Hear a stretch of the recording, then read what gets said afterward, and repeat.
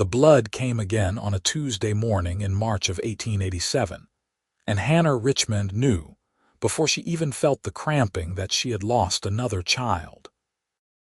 She stood in the small bedroom of the ranch house she shared with her husband outside Ardmore, Oklahoma, staring at the stained fabric of her nightgown while the early spring wind rattled the window panes, and something inside her chest seemed to crack open like dried earth that had forgotten how to hold water. This was the third time in 12 months, the third fragile hope that had slipped away before it could take root, and she wondered if God had decided she was never meant to be a mother at all. Her husband Robert had left before dawn to check the cattle in the northern pasture. Hannah was grateful for his absence as she cleaned herself and changed her clothes with mechanical movements, her hands steady even though her heart felt like it was being crushed in a vise. She had become practiced at this particular grief, which somehow made it worse. The first time, back in June, she had collapsed on the floor and wept until her throat was raw. The second time, in November, she had been quieter about it, telling Robert in a flat voice over supper. Now she simply moved through the motions, washing the stained fabric in cold water, dressing in her everyday calico dress, braiding her dark hair with fingers that trembled only slightly. She was 23 years old and felt ancient. Robert came home at noon to find her sitting at the kitchen table with a cup of untouched coffee growing cold in front of her. He took one look at her face and set down his hat, and she saw understanding dawn in his eyes. He was a good man, Robert Richmond, steady and hardworking, the kind of husband any woman in Creek County would be glad to have. But when he opened his mouth to speak, Hannah held up one hand. "I cannot talk about it," she said quietly. "Not yet." He nodded and went to wash up, and they ate their midday meal in silence. That evening he tried again, reaching for her hand across the table, but Hannah pulled away. She could not bear comfort right now, could not bear the weight of his disappointment mixed with her own. She had seen the way his face lit up each time she told him she was expecting, and then the way that light died when she lost the baby. She was failing him, failing herself, failing the future they had planned together when they married 2 years ago. Over the next few days, Hannah threw herself into work with an intensity that worried Robert. She scrubbed every floor in the house, weeded the vegetable garden until her hands were blistered, spent hours mending clothes that did not really need mending. She avoided going into town where the other women would ask questions with their eyes even if their mouths stayed politely shut. Sarah Mitchell had just had her 4th baby. Emma Carson was expecting her 2nd. Even young Mary Phillips, barely 19 and married less than a year, was showing. Hannah could not bear to see their round bellies and glowing faces. A week after the miscarriage, Robert came home with news that the Bar Double K Ranch, the largest spread in the territory, was looking to hire additional hands for the spring cattle drive. The pay was good, and they needed the money. Their own small ranch was struggling, the cattle prices down, and they had debts from the doctor bills after the 2nd miscarriage. Robert could work the drive and send money home, but it would mean leaving Hannah alone for 6 weeks or more. "I do not want you to go," Hannah said, but even as the words left her mouth, she knew they were selfish. They needed the money. More than that, she could see the restlessness in Robert's eyes, the need to escape the heavy sadness that had settled over their home like smoke from a fire that would not go out. "I will be back before summer," he promised. "And when I return, we will have enough money to hire help with the ranch." "You work too hard." Hannah did not argue further. Perhaps sometime apart would be good for both of them. Perhaps when Robert came home, she would have figured out how to stitch herself back together, how to be the wife he deserved instead of this hollow woman who could not seem to do the one thing women were supposed to do naturally. Robert left on a Monday morning in early April, riding out with a pack of supplies and promises to write when he could. Hannah stood on the porch and watched him disappear down the road toward the bar Double K, and then she went back inside the empty house and wondered how she would fill the days ahead. The ranch still needed tending. There were chickens to feed, a cow to milk, a vegetable garden that required constant attention in the Oklahoma spring where weeds grew faster than anything useful. Hannah fell into a routine of chores that kept her hands busy even if her mind kept circling back to the same painful thoughts. 3 babies, 3 failures. What was wrong with her? She had been alone for 5 days when she heard the sound of cattle in distress coming from the small barn behind the house. Hannah ran out to find that one of their 3 cows had gotten her leg tangled in some loose fencing wire and was thrashing wildly, the wire cutting deeper with each movement.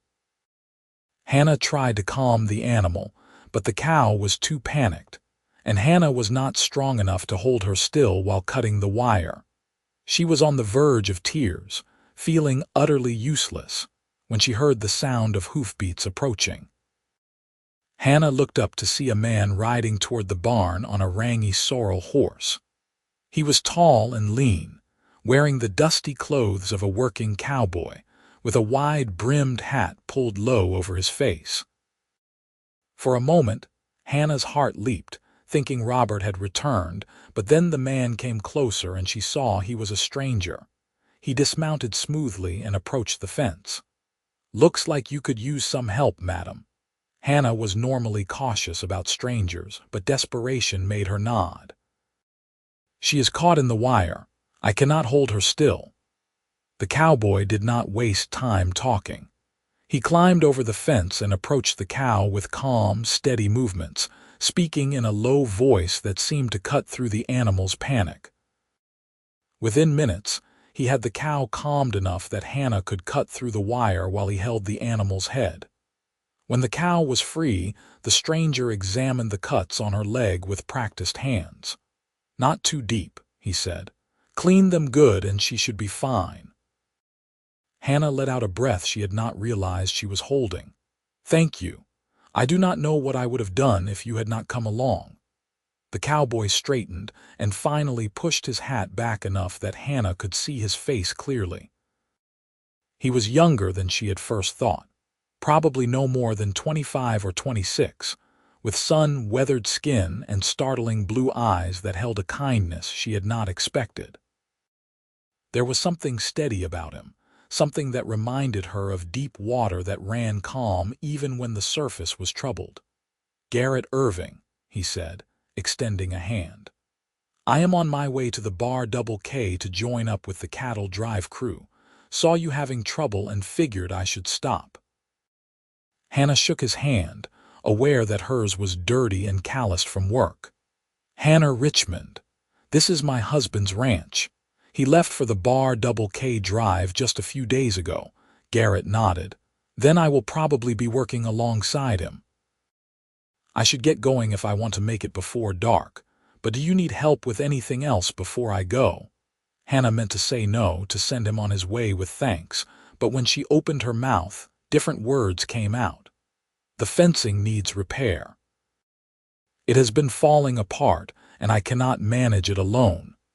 She did not know why she admitted this to a stranger. Perhaps it was the exhaustion of carrying everything alone. Perhaps it was the simple kindness in his blue eyes. Perhaps it was because he did not know her story and therefore could not pity her for it. Garrett looked at the fence, then at the position of the sun in the sky.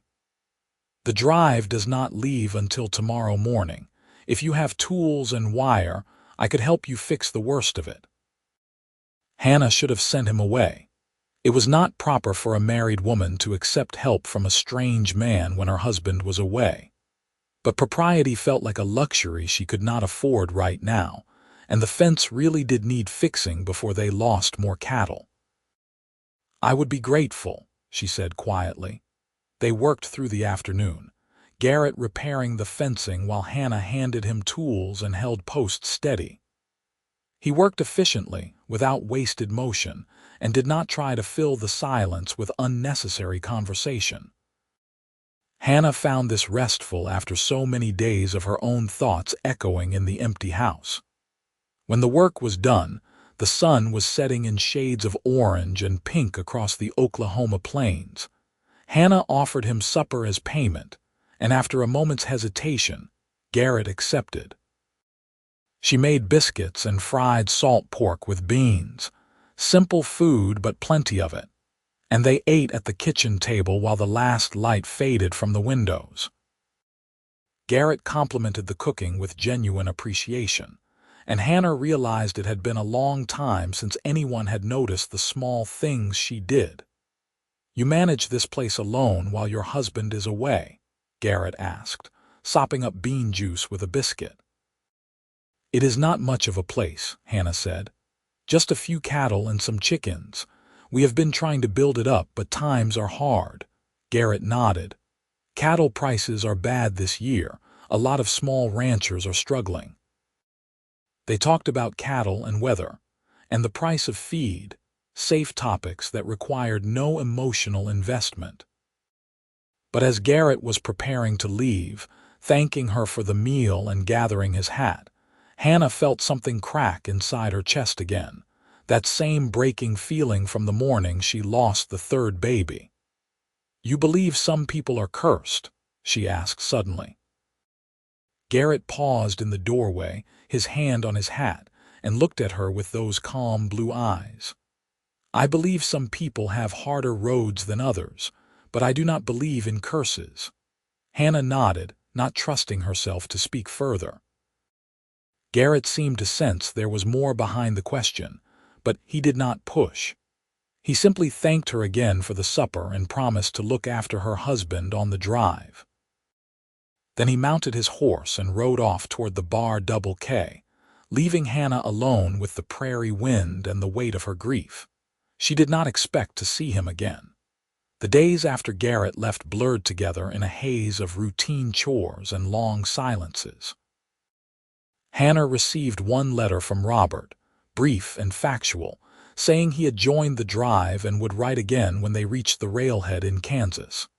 He did not ask how she was doing, which was probably for the best because Hannah would not have known how to answer. She was managing. She was surviving. That was the most she could say. 3 weeks after Robert left, Hannah was in town buying supplies when she ran into Dr. Morrison outside the general store. He was an older man who had been practicing medicine in Ardmore since, before Oklahoma was even a territory. He had attended Hannah during both of her later miscarriages.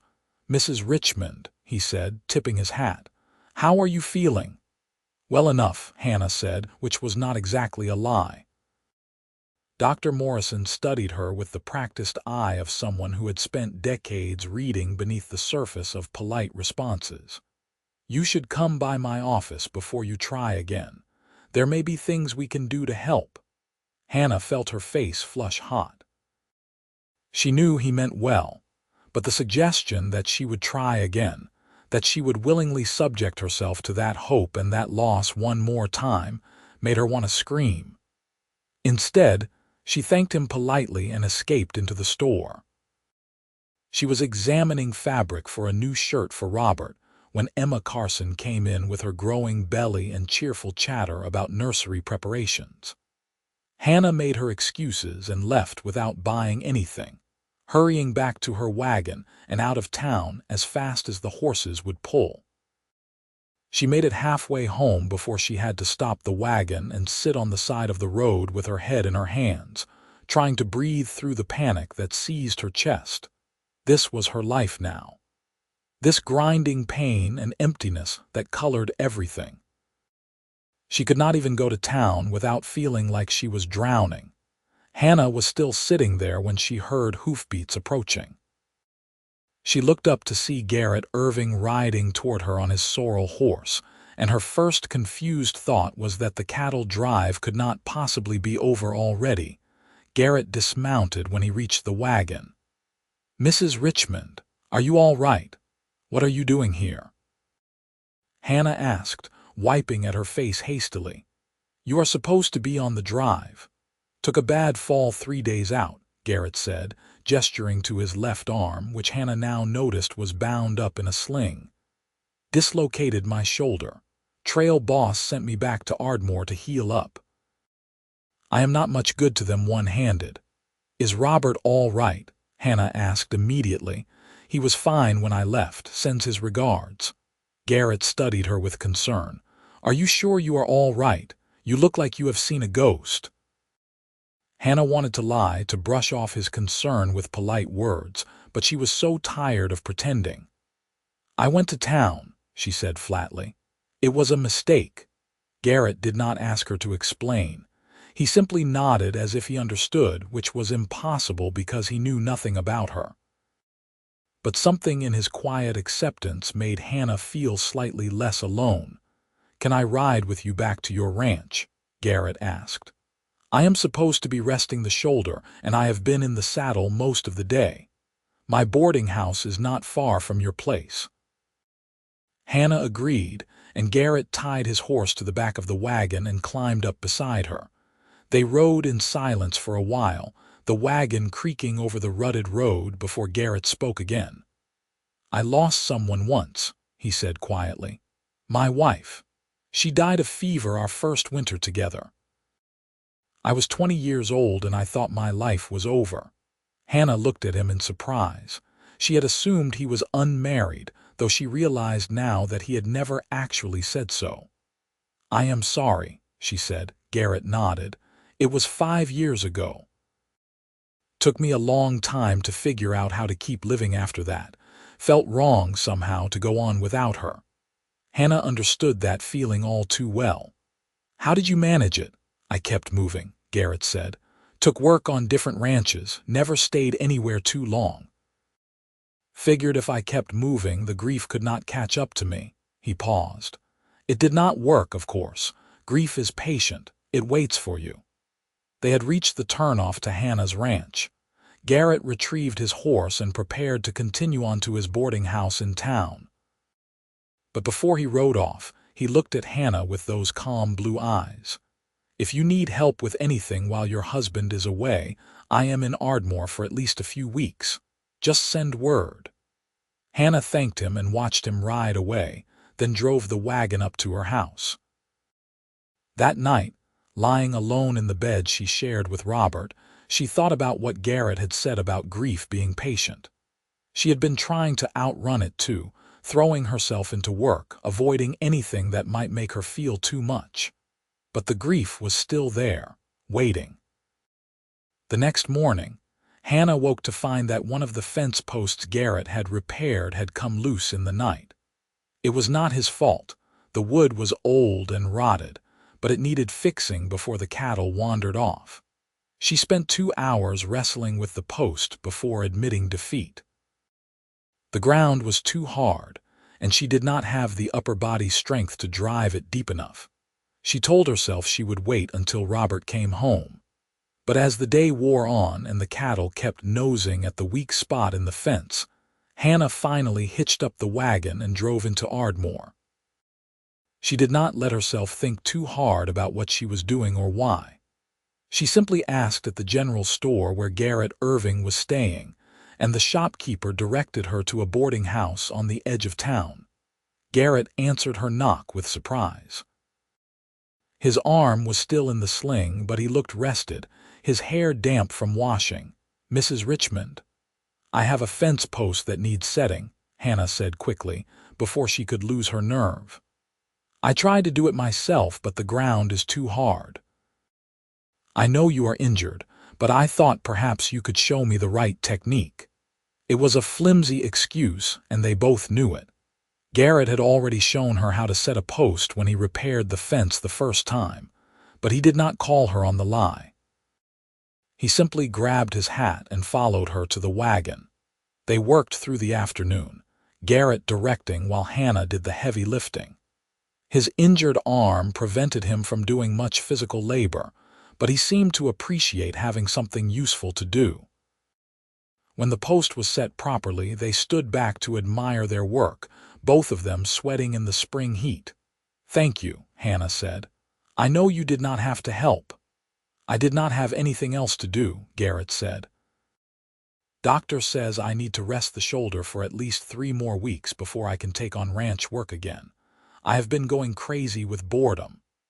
Hannah heard herself saying, "There is plenty of work here that needs doing. Small repairs, things I cannot manage alone. If you wanted something to occupy your time, I could use the help. I cannot pay much, but I can feed you." Garrett studied her for a long moment, and Hannah wondered what he saw. A desperate woman clinging to any company to avoid her own thoughts. A lonely wife whose husband was away. Or simply someone who needed help and was finally brave enough to ask for it. "All right," Garrett said finally, "but I will not take your money. Trade work for meals, that is fair enough." So began a routine that probably would have scandalized the town if anyone had known about it.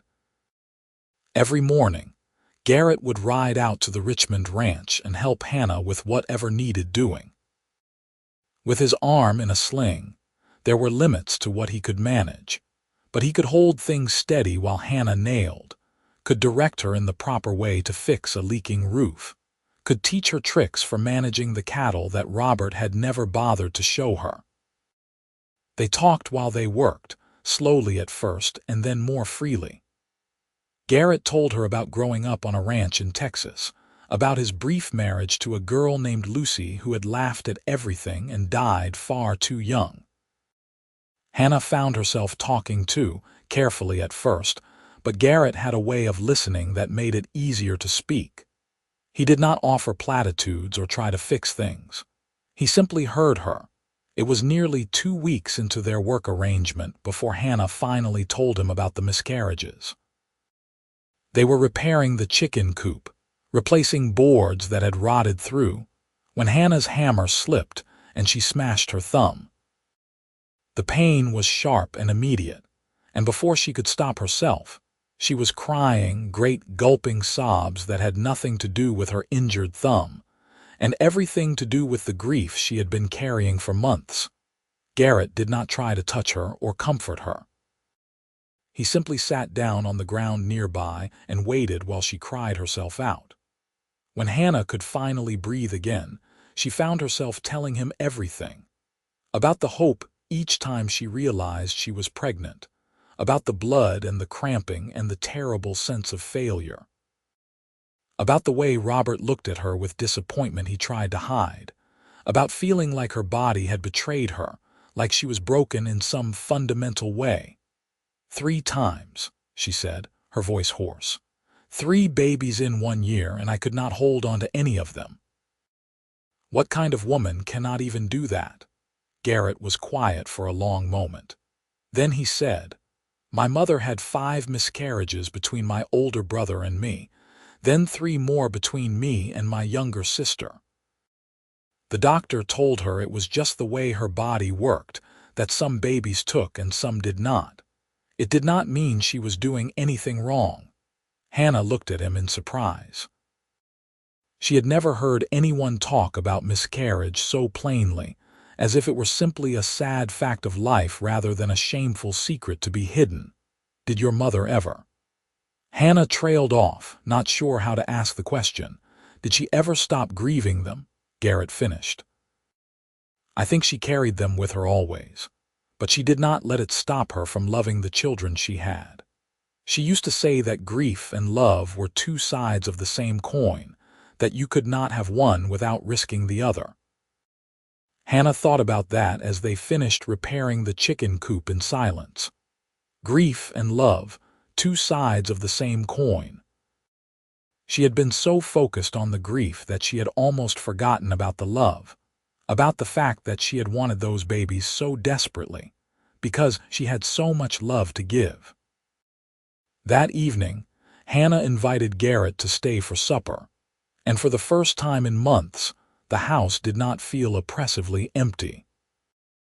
They ate fried chicken and cornbread, and Garrett told stories about trail drives and ornery cattle that made Hannah laugh.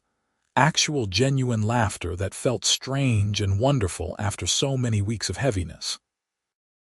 When Garrett left that night, riding back toward town in the spring twilight, Hannah realized she felt lighter than she had in a long time. The grief was still there, probably would always be there, but it did not seem quite as suffocating as before. The next morning, she woke early and made extra biscuits, telling herself it was because Garrett worked hard and deserved a good breakfast. She did not examine too closely the flutter in her chest when she heard his horse approaching, or the way her mood lifted when she saw him riding up the path. They fell into an easy rhythm over the following days, working together in the companionable silence that came from two people who understood what it meant to carry grief. Garrett's shoulder was healing well, and he was able to do more of the heavy work now, but he still let Hannah help with everything, showing her how to do things rather than just doing them for her. Hannah found herself looking forward to his visits with an intensity that should have worried her. She was a married woman. Garrett was helping with ranch work, nothing more.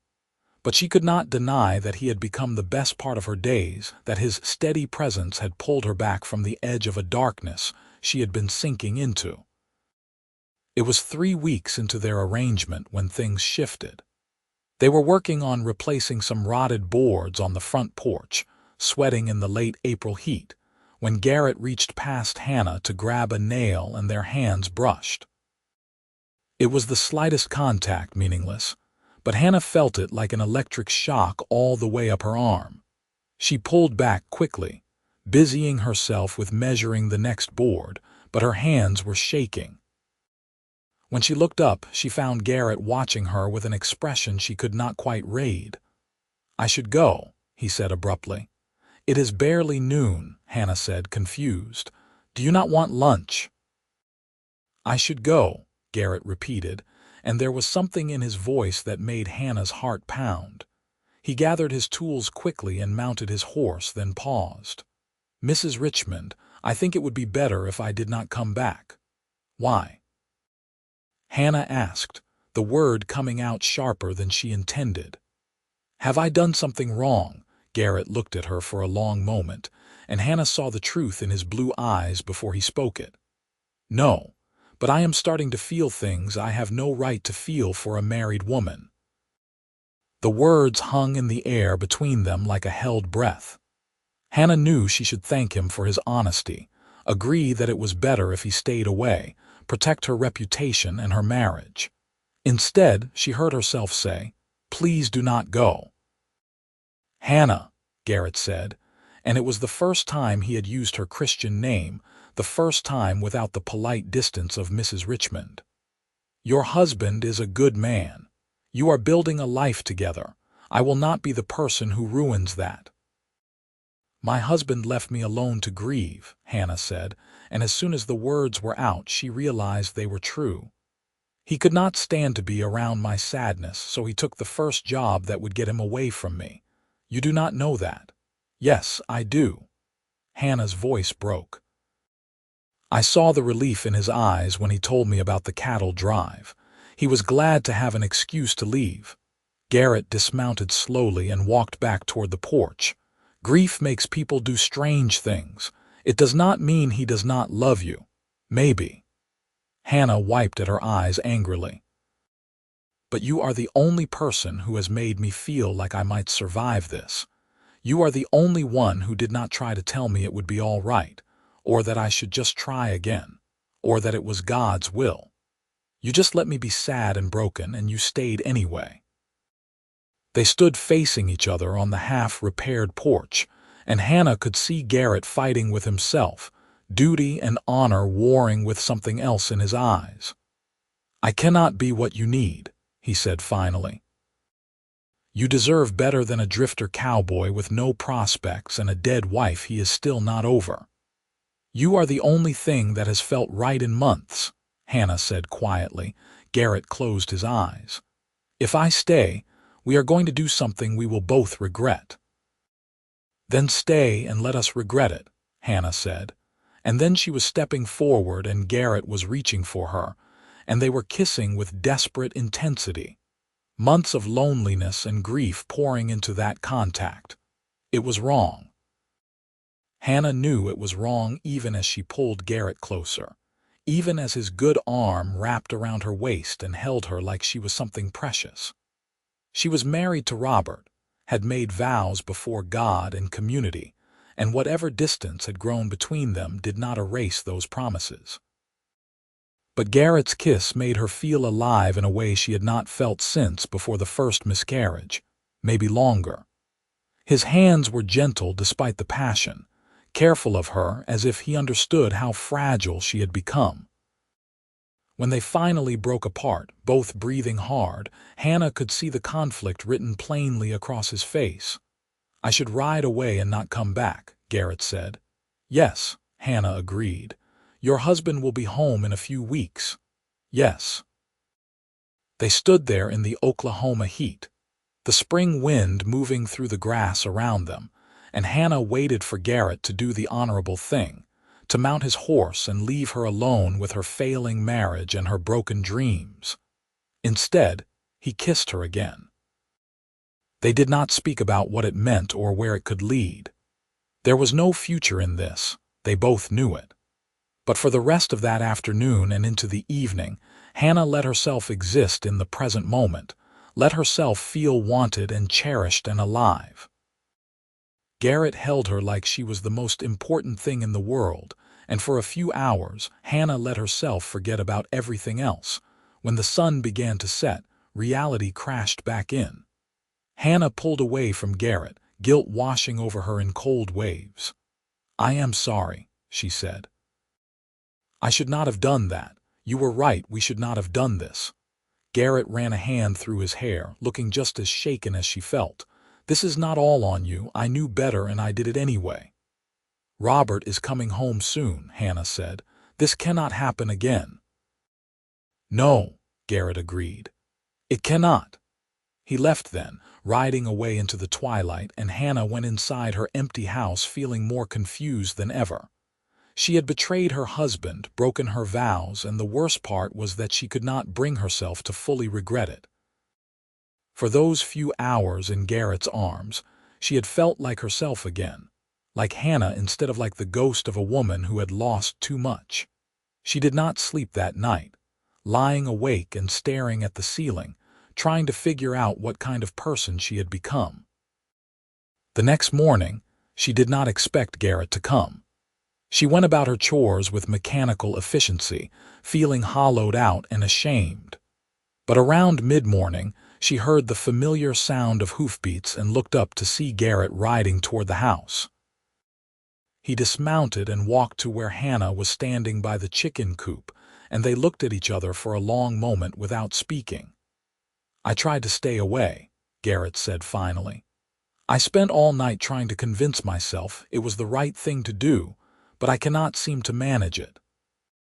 "Garrett," Hannah started, but he held up his hand. "Let me finish. I know you are married. I know there is no future for us. I know that in a few weeks your husband will come home and I will have to step aside. But until then, if you will have me, I want to be here. I want to help you carry this grief. I want to make you smile. I want to give you whatever good I can for whatever time we have." Hannah knew she should send him away. The honorable thing, the right thing, was to end this now before it went any further, to recommit herself to her marriage and wait for Robert to come home. But standing there in the spring sunshine, looking at Garrett's honest face, Hannah realized she did not want to do the honorable thing. She wanted to be selfish just this once. She wanted to grab onto this unexpected joy with both hands, even knowing it could not last. "Stay," she said. So he did. The next 2 weeks were the strangest of Hannah's life. During the day, they worked on the ranch, repairing fences and tending cattle and all the 100 small tasks that kept the place running. Anyone watching from a distance would have seen nothing unusual, just a woman and a hired hand doing honest work. But there was a new tenderness between them now, a current that ran beneath everything they did. The way Garrett's hand would linger when he helped her over a fence. The way Hannah would lean into him when they stood side by side examining a sick calf. At night, Garrett would stay for supper, and afterward they would sit on the porch and talk for hours, sharing stories and dreams and fears in the darkness. They did not speak about what would happen when Robert came home. They existed in a careful bubble of present moments, refusing to look too far ahead. Hannah told Garrett things she had never told anyone. About how she had married Robert because it seemed like the practical thing to do, because he was stable and hardworking and wanted the same things she wanted. About how she had convinced herself that love would grow with time. About how she had thrown herself into trying to have a family, thinking that a baby would fill the hollowness she sometimes felt in her chest. I thought if I could just be a good wife, a good mother, everything else would fall into place, Hannah said one evening as they sat watching the sun set over the prairie. But I could not even do that right. You did not do anything wrong, Garrett said firmly. Bodies are complicated things. Sometimes they do not work the way we want them to, and that is not a moral failing. Hannah leaned her head against his shoulder, feeling the solid warmth of him. I feel like I am stealing this time with you, like I do not deserve to be happy when I have failed it so much. Garrett turned to face her, taking both her hands in his. Listen to me. You are not a failure. You are a woman who has been through hell and is still standing. You are strong and brave, and you deserve every bit of happiness you can grab. Hannah felt tears prick her eyes. You make me believe that. Then believe it, Garrett said, and kissed her gently. They were careful never to cross the final line into physical intimacy beyond kissing and holding each other. It was a boundary they both respected, though it grew harder each day.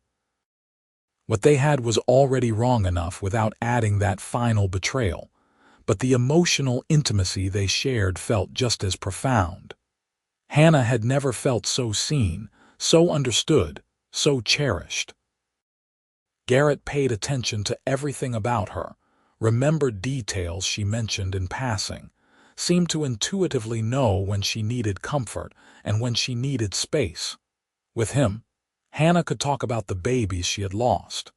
She could cry without feeling like she was burdening him. She could laugh without feeling guilty about it. She could simply exist as herself, broken pieces and all. I think I am falling in love with you, Hannah said one night, the words spilling out before she could stop them.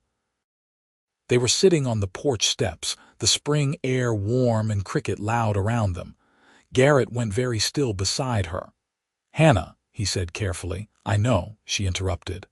I know this cannot go anywhere. I know I am married to someone else. I know you will have to leave soon. I just needed you to know. You have given me back something I thought I had lost forever, and whatever happens next, I will always be grateful for that. Garrett was quiet for a long moment. Then he said, I am falling in love with you too. Maybe I have been since the day I saw you crying by the roadside.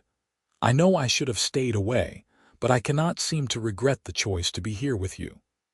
They sat in silence after that, holding hands and watching the stars come out, both of them knowing that their time was running out. The letter from Robert arrived 3 days later. He would be home in 1 week. The cattle drive had gone well, he had made good money, they could pay down their debts and hire help for the ranch. He was looking forward to seeing her again. Hannah read the letter 3 times, her hands shaking. 1 week. 7 days until her real life resumed and this dreamlike interlude with Garrett ended. She showed the letter to Garrett when he arrived that morning and watched his face close down as he read it. So that is it then, he said quietly. That is it, Hannah agreed. They worked in near silence that day, the easy camaraderie between them replaced by a heavy sadness. That evening, Garrett prepared to leave earlier than usual, and Hannah felt panic rising in her chest. Do not go yet, she said. We still have a few more days. Garrett looked at her with such pain in his blue eyes that Hannah's breath caught. "I do not think I can do this, Hannah. I do not think I can keep pretending that I am okay with walking away from you." "Then do not walk away," Hannah said desperately. "Come with me. We could leave together, start over somewhere new." "You are married," Garrett said. "Running away does not change that. I could get a divorce." "Could you?" Garrett asked gently. "Could you really abandon your vows, your land, your whole life? And what would we live on?" "I am a drifter cowboy with $50 to my name. I cannot give you the stable life you deserve." Hannah knew he was right, but she could not bear to accept it. "I do not care about stable. I care about being with someone who sees me, who makes me feel alive." "You say that now, in the heat of the moment," Garrett said. "But in 6 months, in a year, when you are living hand to mouth and people treat you like a fallen woman, you might feel differently." "So that is it?" Hannah asked, anger flaring through her grief. "You are just going to give up on us?" "There is no us," Garrett said, and the words hit like a physical blow. "There is a married woman and a cowboy who fell in love when they should not have. I am trying to do the right thing here, Hannah. I am trying to give you back your life before I ruin it completely." "You are not ruining anything," Hannah said. "You are the best thing that has happened to me in a year." "And you deserve better than best in a bad year," Garrett said. "You deserve a man who can marry you properly, who can give you a home and children and a future." He left then, riding away into the gathering darkness, and Hannah stood on the porch and felt her heart break all over again. This was different from losing the babies, but no less painful. This was losing a future she had barely allowed herself to imagine, losing the person who had pulled her back from the edge of despair. She spent the next day alone, refusing to answer when Garrett came by in the morning. She heard him calling her name, heard his horse moving around the property, but she stayed inside with the door barred and the curtains drawn. Eventually, he left. That night, Hannah sat at the kitchen table and tried to reconcile herself to her future. Robert would come home. They would resume their life together. Maybe they would try again for a baby, or maybe they would resign themselves to remaining childless. Either way, this was her life, the one she had chosen when she married him. But it felt like putting on a coat that no longer fit, like forcing herself back into a shape that no longer suited her. The next morning, Hannah woke with a strange clarity. She got dressed, did her chores, and then hitched up the wagon and drove to town. She went straight to the boarding house where Garrett was staying and knocked on his door. He answered looking haggard as if he had not slept either. "Hannah, you should not be here." "I need to say something," Hannah said, "and you need to listen." Garrett stepped aside to let her in. The room was small and sparse, containing little more than a bed and a washstand. They stood facing each other in the narrow space between furniture. "I have spent the last year mourning," Hannah said. "Mourning the babies I lost, mourning the life I thought I would have, mourning the person I thought I would be.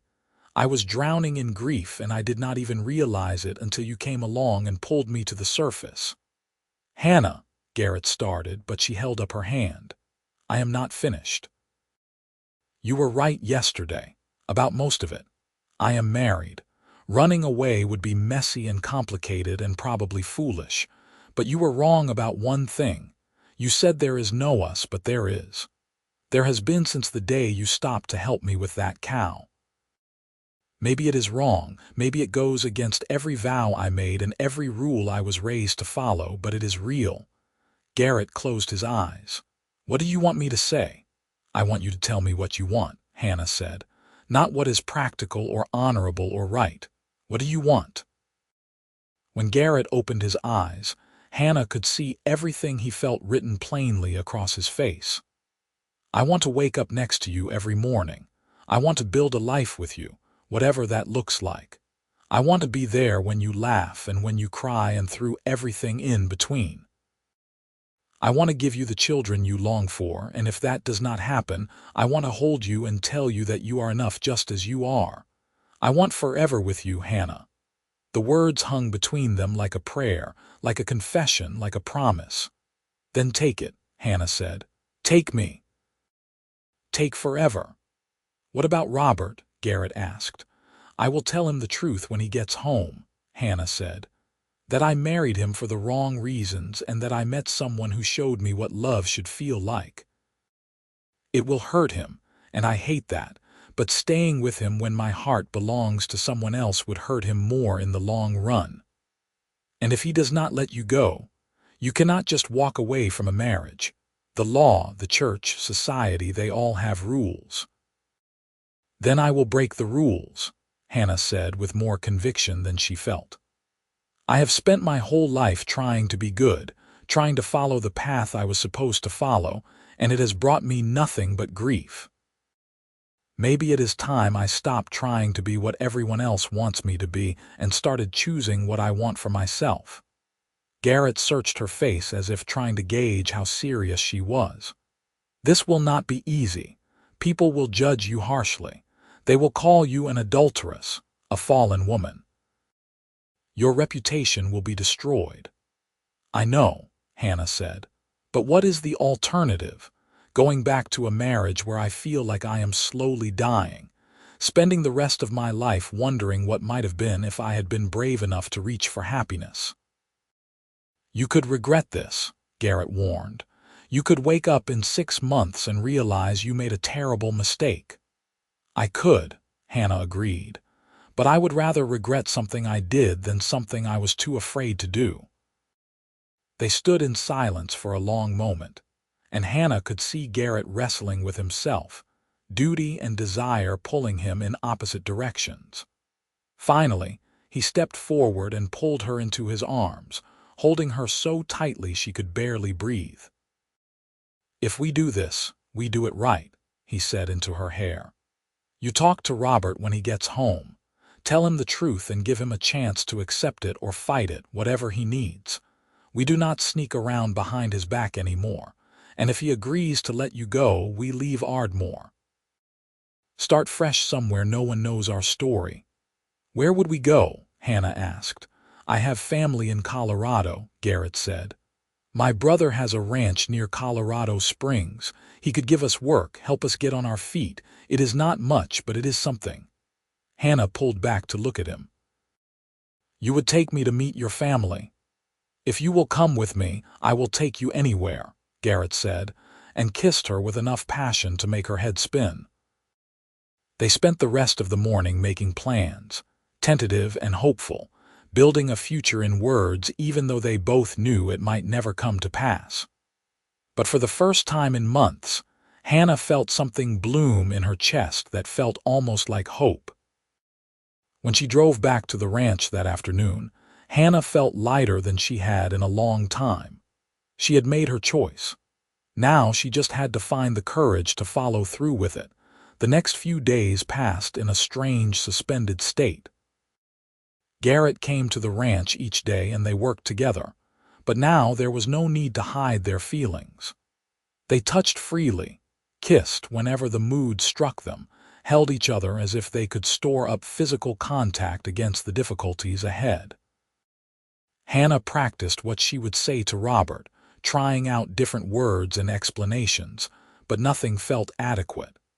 "How did you tell your husband that you were leaving him for another man, that you had fallen in love while he was away, that you wanted a divorce?"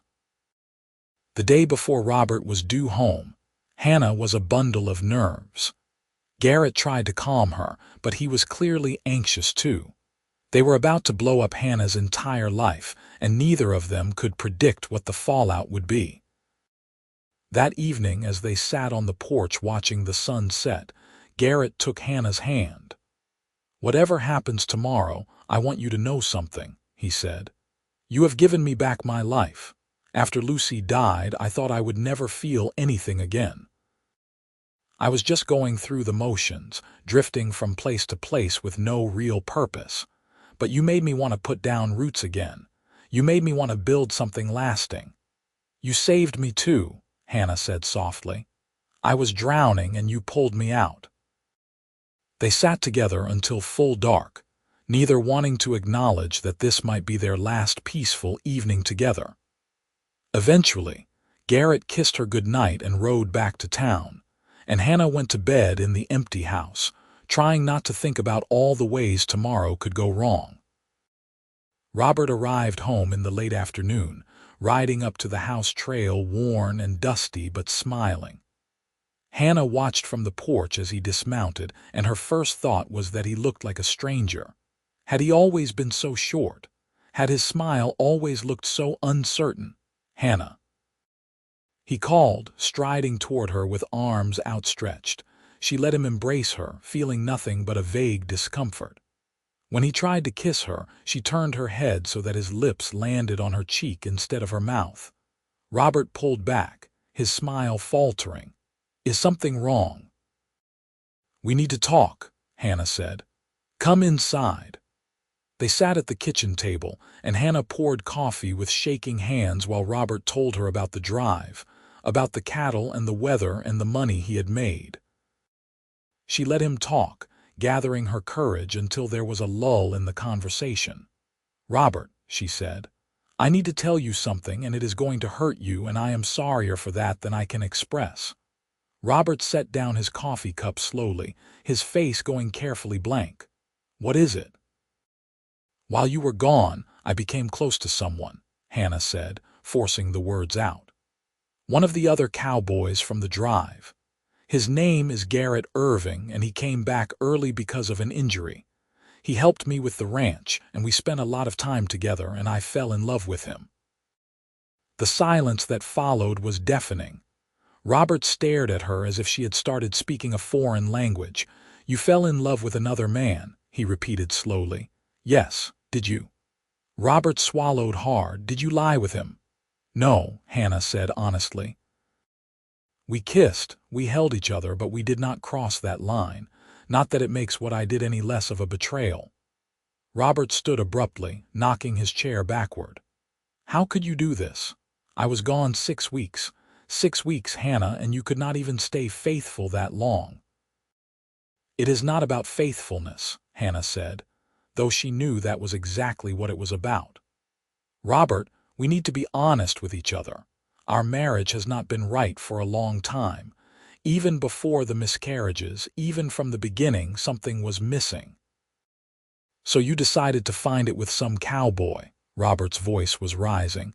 Do you have any idea what this will do to your reputation, to mine? We will be the scandal of the territory. I know, Hannah said quietly, and I am sorry for that, but I cannot keep living a lie. I do not love you the way a wife should love her husband. I thought I could make it work through sheer will, but this past year has shown me that I cannot. Robert sank back into his chair, looking stunned. I do not understand. We were building a life together. We were going to have children. I lost 3 babies this year, Hannah said, and her voice broke. 3. And you left me alone to deal with it. You took the first opportunity to get away from me because you could not stand to be around my grief. That is not true, Robert protested. I took the job because we needed the money. Maybe that is what you told yourself, Hannah said. But I saw the relief in your eyes when you left. You were glad to escape. Robert put his head in his hands. They sat in silence for a long time, the kitchen clock ticking away the seconds. When Robert finally looked up, his eyes were red. What do you want from me? He asked. A divorce, Hannah said. I want you to let me go. And then what? You run off with this cowboy? Yes, Hannah said simply. Robert laughed bitterly. You think he will stay with you? You think some drifter is going to give you the stable life you always wanted?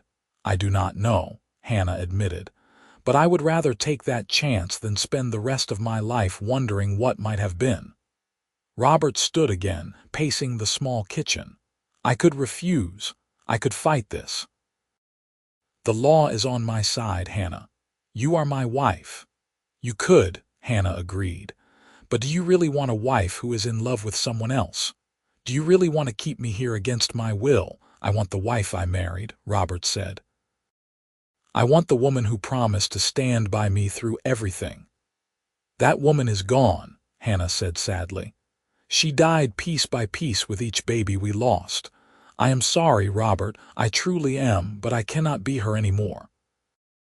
They talked for hours, going in circles, Robert alternating between anger and grief while Hannah tried to make him understand.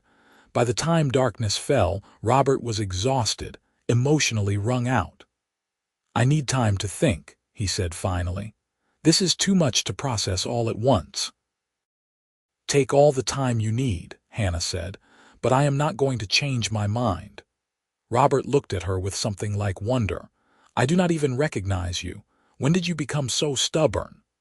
When I realized I was dying inside and nobody seemed to notice, Hannah said. Robert went to bed in their room while Hannah made up the sofa for herself.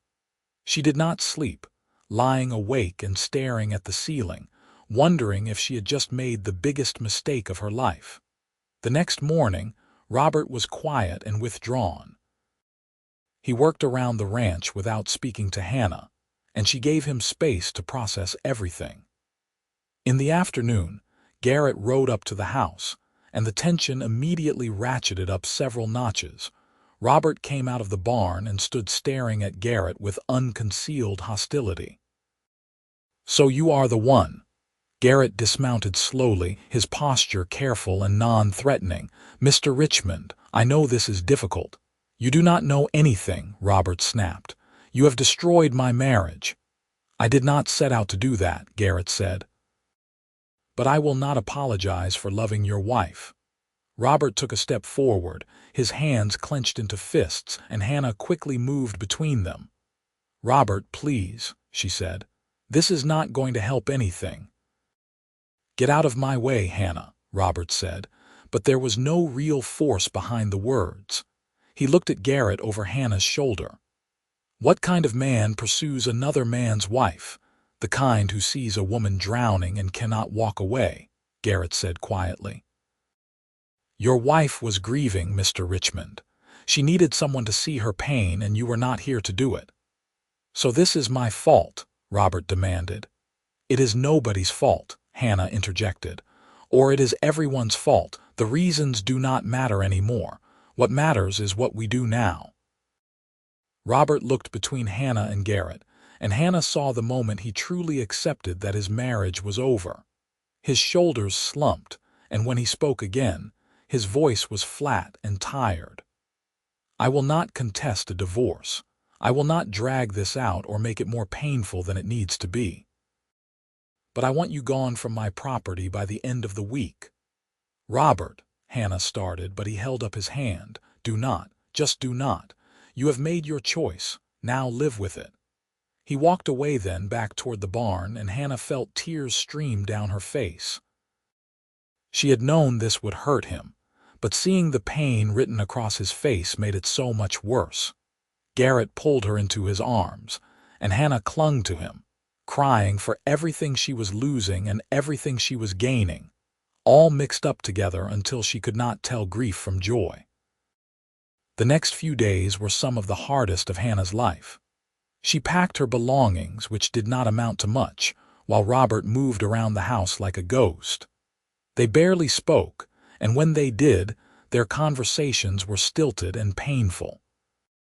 Garrett helped her pack, his presence a solid comfort in the midst of chaos. He told her about Colorado, about his brother's ranch and the mountains and the fresh start waiting for them. Hannah clung to these stories like lifelines, trying to picture a future beyond the wreckage of her present. 3 days before they were set to leave, Hannah was in the bedroom sorting through her clothes when she felt a familiar cramping in her lower abdomen. Her heart sank. She had not even realized she was late with her monthly courses, had been too preoccupied with everything else to notice. But now, as she felt the telltale signs, Hannah realized with dawning horror that she might have been pregnant again. She spent the rest of the day in a daze of anxiety, checking constantly, but the cramping continued without any blood. That night, Lying on the sofa while Robert slept in their former bedroom, Hannah allowed herself a tiny spark of hope. Maybe this time would be different. Maybe this baby would hold on. She did not tell Garrett or Robert, too afraid to jinx it, too afraid to hope. But as the days passed and there was still no blood, just the persistent cramping and a bone-deep exhaustion she remembered from before, Hannah became more certain. She was pregnant. And this time, impossibly, the baby seemed to be staying. The day before they were set to leave for Colorado, Hannah finally told Garrett. They were sitting by the small creek that ran through the eastern edge of the property, watching the water flow past. "I am pregnant," she said abruptly. Garrett went very still. "Are you certain?" "As certain as I can be without seeing a doctor. I am late, I am exhausted, and I have the same cramping I had with the others. But this time there is no blood. It has been 2 weeks and there is no blood. Could it be from—" Garrett trailed off delicately. "From you?" Hannah finished. "No. The timing does not work. It would have to be Robert's." She watched Garrett's face carefully, trying to gauge his reaction. This changed everything. She was leaving her husband while carrying his child. It complicated an already impossibly complicated situation. "Are you going to tell him?" Garrett asked finally. "I do not know," Hannah admitted. "If I tell him, he might not let me go. He has every right to demand I stay and raise his child."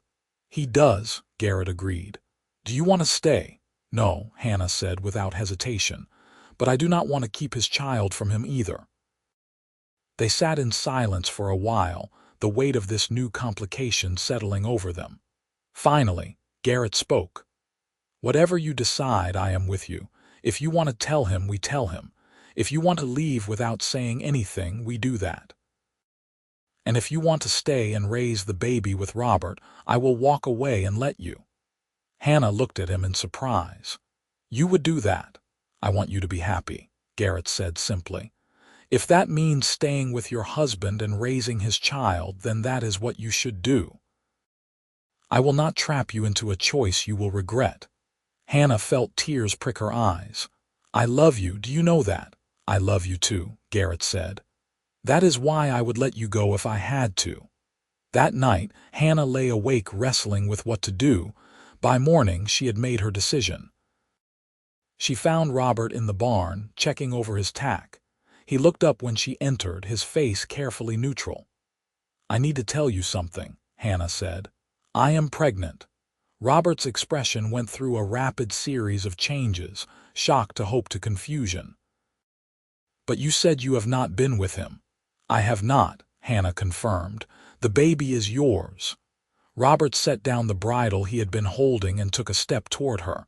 "Then you will stay. We can make this work, Hannah. For the baby's sake, we can try again." "No," Hannah said gently.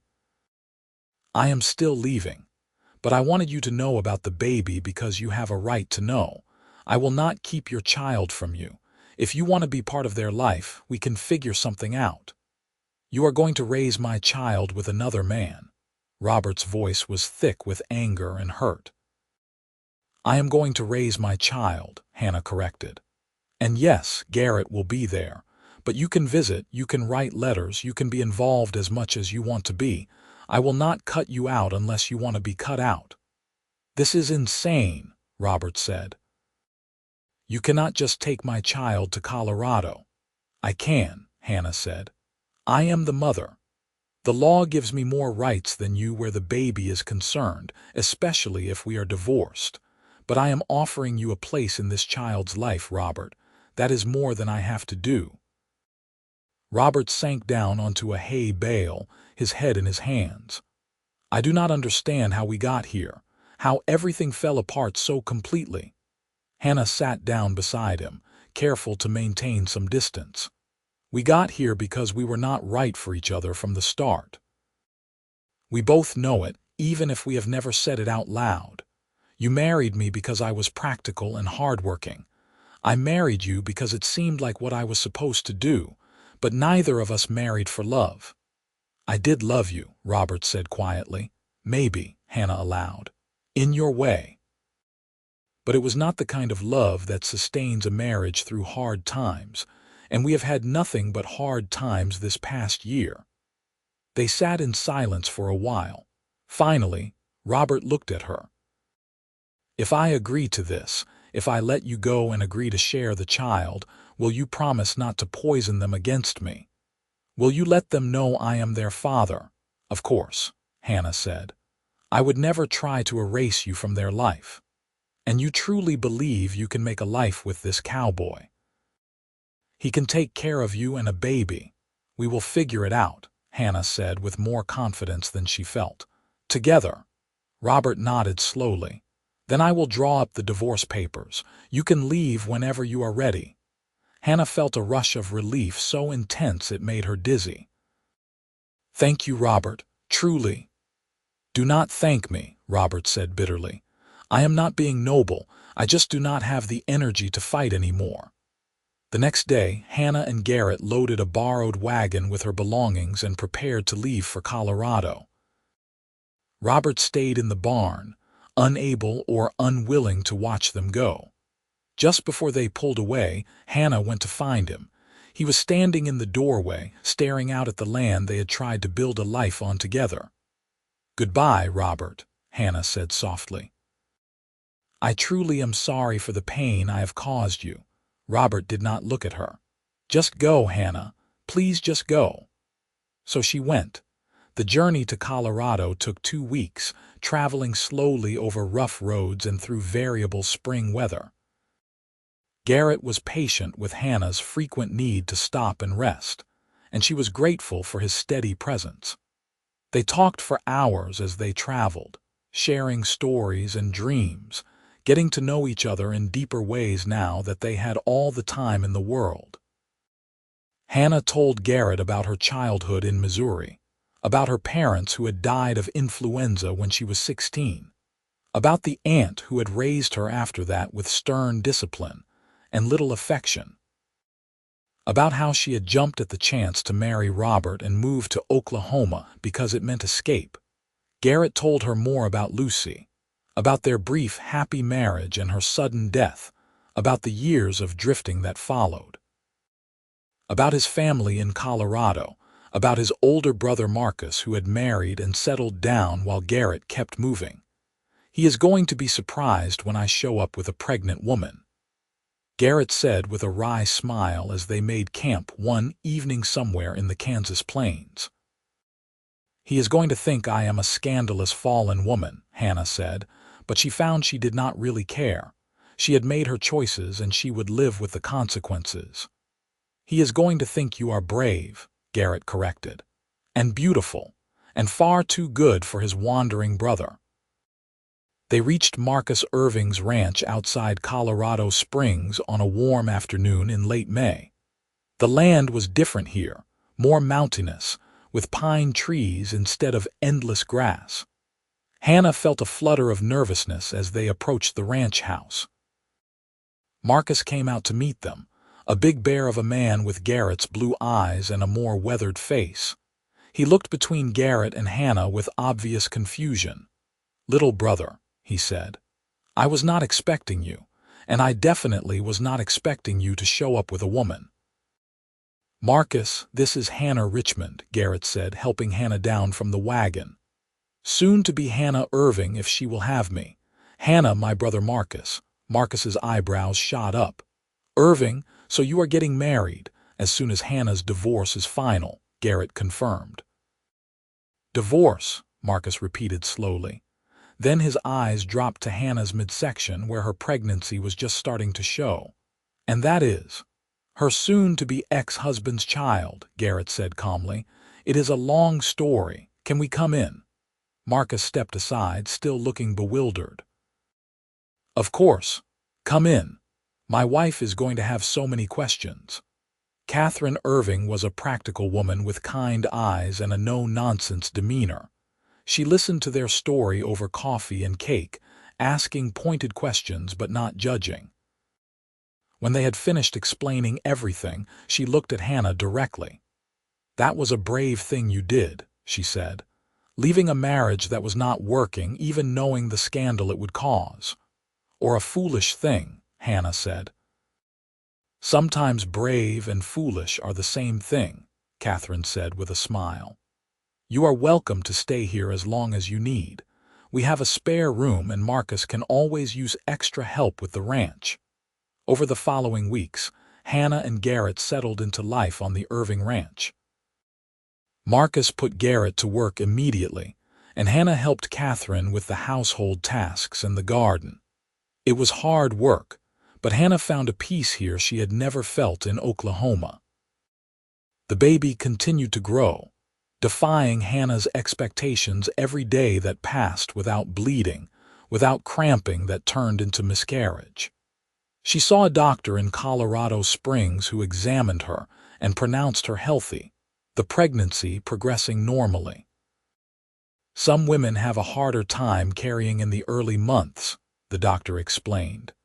But once you get past the first few months, things often settle down. This baby seems determined to stick around. Hannah allowed herself to hope. In late June, Robert's lawyer sent the divorce papers.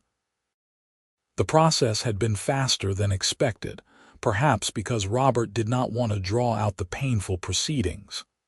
Hannah signed where indicated, and just like that, she was no longer married. Garrett proposed that evening, not with a ring because they could not afford one, but with a simple, heartfelt question asked while they sat on the porch watching the sunset over the mountains. Will you marry me, Hannah? Will you let me be your husband and help you raise this baby and build a life together? Yes, Hannah said without hesitation. Yes to all of it. They were married a week later in a simple ceremony at the small church in Colorado Springs, with Marcus and Catherine as witnesses. Hannah wore a simple blue dress that Catherine had altered to accommodate her growing belly, and Garrett wore his best shirt and a nervous smile. When the preacher pronounced them husband and wife, Garrett kissed Hannah with such tenderness that she felt tears slip down her cheeks.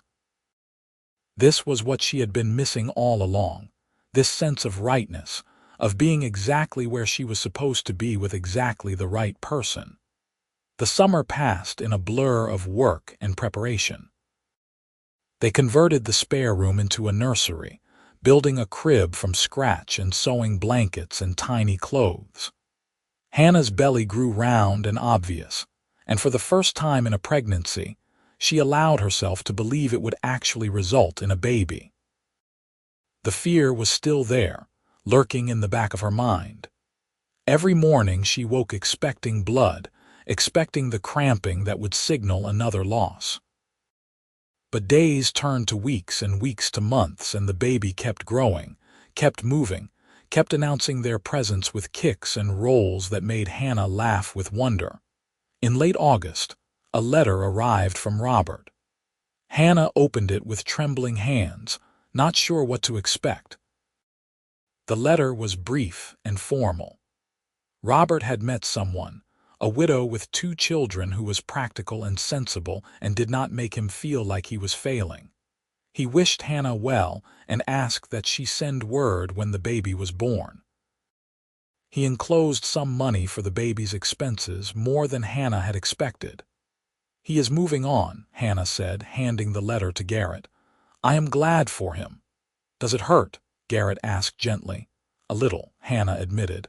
But mostly I just feel relieved. He deserves to be happy too. September brought cooler weather and the first hints of autumn color in the mountains. Hannah was huge now, uncomfortable and tired, counting down the days until her due date in early October. Garrett was attentive to the point of being overbearing, constantly asking if she needed anything, if she was feeling all right, if she should be resting more. I am pregnant, not dying, Hannah told him after he tried to prevent her from hanging laundry. I need to stay active. I just worry, Garrett said, after everything you have been through. Hannah softened and took his hand, placing it on her belly where the baby was currently performing acrobatics. This one is strong, I can feel it. They are going to be fine. On a crisp morning in early October, Hannah woke to her water breaking and contractions that took her breath away. Catherine sent Marcus for the doctor while Garrett paced the hallway outside the bedroom, too nervous to sit still. The labor was long and difficult, lasting through the day and into the night.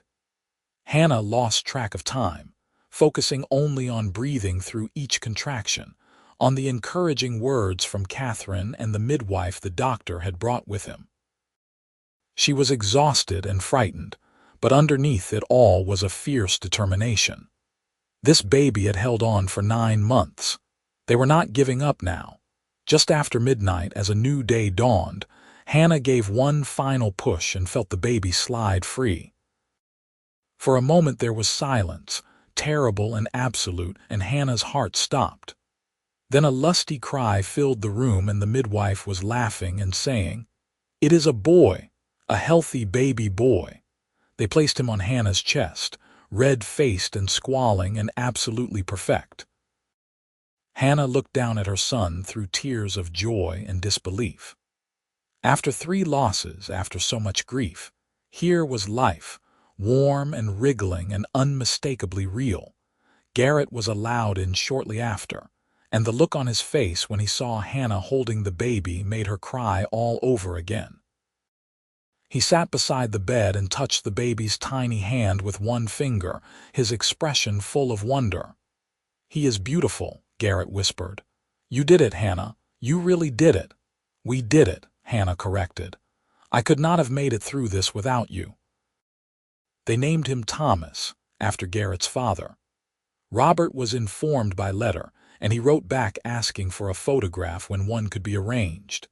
He also sent more money and a beautiful handmade cradle, which arrived with a note saying simply, "For my son." Hannah appreciated the gesture, even as she knew her life was now firmly rooted in Colorado with Garrett. Thomas would know who his biological father was, but Garrett would be the one to raise him, to teach him to ride and rope, and all the things a boy needed to know.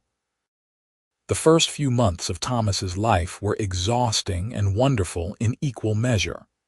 Hannah had never been so tired, but she had also never been so happy.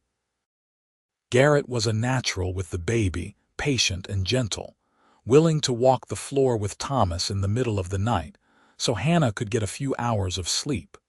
Marcus and Catherine doted on their nephew, and Hannah found herself part of a family in a way she had never experienced before. This was what she had been searching for all along, not just a husband or a baby, but a sense of belonging, of being loved not for what she could provide but simply for who she was. On a cold evening in December, Hannah sat in the rocking chair in the nursery, nursing Thomas while snow fell softly outside the window.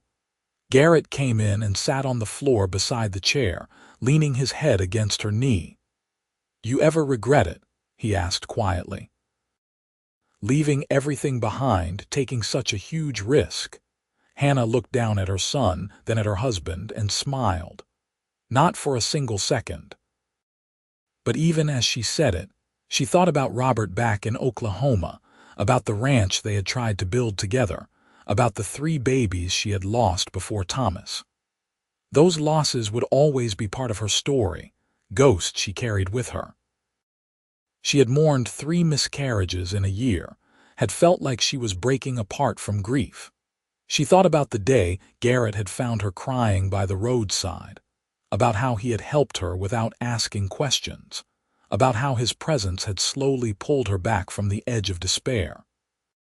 She thought about the day, months ago now, when everything had seemed impossibly dark and Garrett had held her and said the words that changed everything.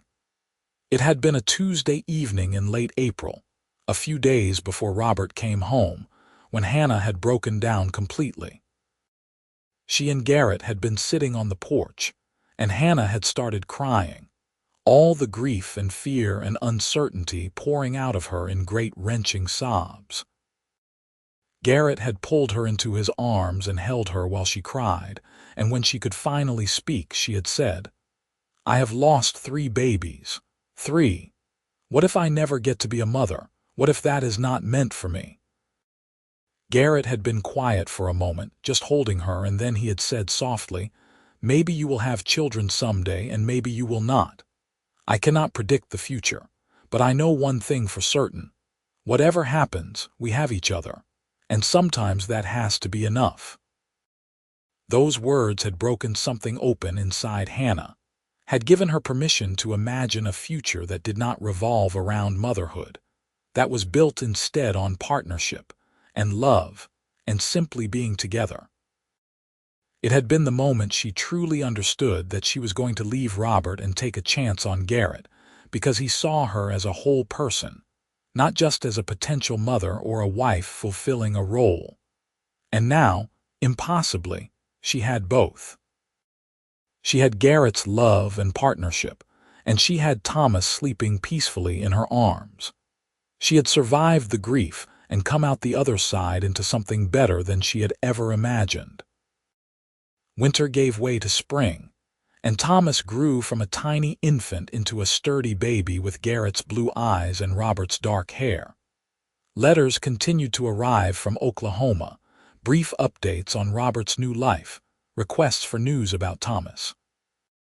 Hannah wrote back faithfully, sending photographs when they could afford them, making sure her son would know his biological father even if from a distance.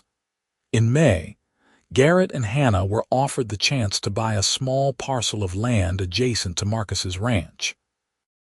It was not much, just enough for a modest house and a few cattle, but it was theirs. They spent the summer building a cabin with help from Marcus and some of the ranch hands, working long days until they had created a home. They moved in on Hannah's 25th birthday, carrying Thomas across the threshold of their new house. It was small and simple, just 2 rooms and a loft, but Hannah had never loved a place more. "This is ours," she said to Garrett that night as they lay in their new bed, listening to Thomas snuffle in his cradle nearby. "Really, truly ours. Nobody else's expectations or broken dreams, just ours." "Just ours," Garrett agreed, pulling her close, "and that is more than enough." Over the next few years, they built their ranch slowly and steadily. Garrett proved to be an excellent cattleman, and Hannah discovered she had a talent for managing money and making their resources stretch. They were never wealthy, but they were comfortable, and more importantly, they were happy.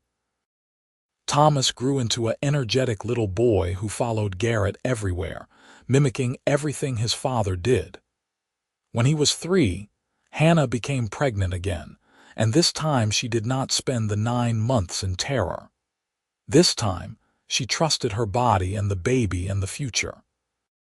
Their daughter was born on a spring morning in 1891, an easy birth that left Hannah marveling at how different it was from her experience with Thomas. They named her Grace, and she had Hannah's dark hair and Garrett's calm temperament. Robert came to visit when Grace was 6 months old, the first time he had traveled to Colorado. It was awkward at first, this meeting between Hannah's 2 lives, but Robert held his biological son with gentle hands and told Hannah she had done well, that Thomas was clearly happy and healthy and loved. "I am glad you found what you were looking for," Robert said before he left. "Even if it hurt like hell at the time." "I am glad you found happiness too," Hannah said sincerely. After Robert left, Garrett wrapped his arms around Hannah and said, "Thank you for being brave enough to choose this life. Choose me." "Thank you for making me believe I deserve to be chosen," Hannah replied. As the years passed, Hannah thought often about how far she had come from that dark spring of 1887 when she had lost her 3rd baby and thought her life was over. She thought about the woman she had been, drowning in grief and unable to see any way forward.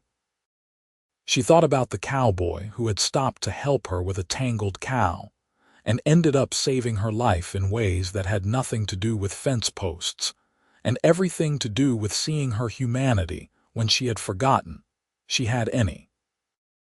Thomas grew into a fine young man, strong and kind, working the ranch alongside Garrett. He knew Robert as his father by blood visited him occasionally in Oklahoma, but it was Garrett he called Pa and Garrett who taught him everything that mattered. Grace proved to be smart and stubborn, with a laugh that lit up rooms and a determination that reminded Hannah of herself. When she was 5, Hannah became pregnant one last time, giving birth to twin boys who kept the household in cheerful chaos. On warm evenings, Hannah would sit on the porch of the cabin they had built together and watch the sun set over the Colorado mountains, and she would think about all the paths that had led her here. The losses and the grief and the desperate choice to reach for happiness, even when it seemed impossible. The cowboy who had held her when she was breaking and told her they had each other, giving her permission to imagine a life beyond her pain. She mourned the 3 babies she had lost, carried their memory with her always, but she no longer let that grief define her. Instead, she celebrated the life she had built from the ashes of that dark year, the family she had created not through obligation or expectation, but through choice and love and sheer stubborn determination. Garrett would come sit beside her on those evenings, taking her hand without speaking, and Hannah would lean her head against his shoulder and feel nothing but gratitude for the day he had ridden up to her failing ranch and decided to stay. She was 42 years old when they celebrated their 15th wedding anniversary, surrounded by their children and Marcus's growing family and friends they had made in Colorado Springs. Garrett made a toast, raising his glass and saying, "To my wife, who taught me that courage looks like reaching for happiness even when everyone tells you to settle for less." Hannah raised her own glass, her eyes meeting Garrett's across the table, and said, "To my husband, who taught me that I was worthy of being loved exactly as I am." Their children groaned at the sentimentality, but Marcus and Catherine smiled, and Hannah felt her heart swell with contentment. This was her life now, full and rich and occasionally messy, but hers in every way that mattered. She still received letters from Robert occasionally, updates on his life with his wife and stepchildren. She was happy for him, genuinely, because they had both deserved better than the marriage they had tried to force into existence. Sometimes the bravest thing was admitting when something was not working and finding the courage to choose something different. As the evening wound down and the children were put to bed and the guests departed, Hannah and Garrett stood together on their porch, looking out at the land they had built their life on. "You ever wonder what would have happened if I had just kept riding that day?" Garrett asked. "If I had not stopped to help you with that cow, all the time," Hannah admitted. "I think about the woman I was then, so lost in grief I could barely function. I do not think I would have survived much longer in that place, in that life." "You are stronger than you think," Garrett said. "You would have found a way." "Maybe," Hannah allowed, "but I am glad I did not have to find out. I am glad you stopped. I am glad you stayed." Garrett pulled her close, and they stood together in the darkness, listening to the wind move through the pine trees and the distant sound of cattle settling for the night. After a moment, Garrett said softly, "Do you remember what I told you that night when you were crying about the miscarriages? When you were so afraid you would never be a mother? You said we had each other," Hannah remembered. "You said sometimes that has to be enough." "And it would have been," Garrett said. "If we had never had children, if it had just been the 2 of us, it would have been enough." "Because you are enough, Hannah. You always were." Hannah felt tears prick her eyes, but they were happy tears, grateful tears. "You saved my life," she said quietly. "I need you to know that. I was drowning and you pulled me to shore." "You saved mine too," Garrett said. "I was just going through the motions before I met you. You gave me a reason to put down roots, to build something lasting." They stood together for a long time, holding each other under the Colorado stars. 2 people who had found each other at exactly the right moment and built something beautiful from their shared grief and hope. Inside the house, their children slept peacefully, unaware of the long journey their parents had taken to arrive at this moment. Thomas in his room with books scattered across his nightstand. Grace curled up with the rag doll Catherine had made her. The twins sprawled in their shared cradle, limbs tangled together. 4 living children when Hannah had thought she would never carry a baby to term. A home built with their own hands on land they had purchased through hard work and careful saving. A marriage built on genuine love and partnership rather than obligation or expectation. A future stretching out before them full of possibility. Hannah thought about the 3 babies she had lost in 1887, the 3 tiny lives that had slipped away before they could take root. She would never forget them, would always carry them with her as part of her story. But she no longer let them define her story. She had learned to hold both the grief and the joy, to honor what was lost while celebrating what had been found. "Come to bed," Garrett said finally, taking her hand. "It has been a long day." They went inside together, checking on each child before retiring to their own room. As Hannah lay in bed beside her husband, listening to his breathing slow and even out as he fell asleep, she thought about how strange and wonderful life could be. How the worst moments could lead to the best ones if you were brave enough to keep moving forward. She had been mourning 3 miscarriages in a year, drowning in grief and failure, when a cowboy had held her and said they had each other. Those words had been a lifeline, pulling her back from the edge. And everything that came after, all the joy and love and family they had built together, had grown from that moment of simple compassion and connection. Hannah closed her eyes and smiled in the darkness, grateful for every twist and turn that had brought her to this place. She had lost so much, but she had gained even more. She had survived the grief and come out the other side into a life more beautiful than anything she had imagined in those dark days. And she knew with absolute certainty that she would not change a single thing. The end.